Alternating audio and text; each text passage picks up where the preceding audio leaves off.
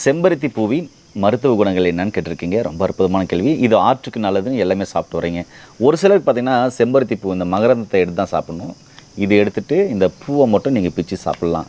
ஒரு சிலர் பார்த்தீங்கன்னா, இந்த பூவை பார்த்தீங்கன்னாக்க பிச்சு சாப்பிடும்போது பிபி லோ ஆகிடுது.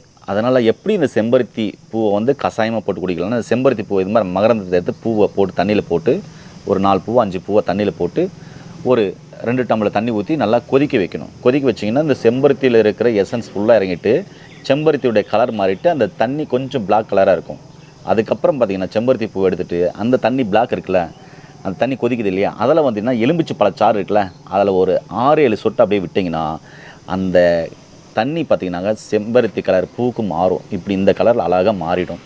அப்போ அந்த தண்ணியை காலை நேரத்தில் நீங்கள் தொடர்ந்து குடிச்சிட்டு வரும்போது உடல் அசதி, சோர்வு, டயர்னஸ்ஸு, அதுக்கப்புறம் கர்ப்பப்பையில் நீர்க்கட்டி, நார்க்கட்டி எல்லாம் கரைஞ்சி போகும்.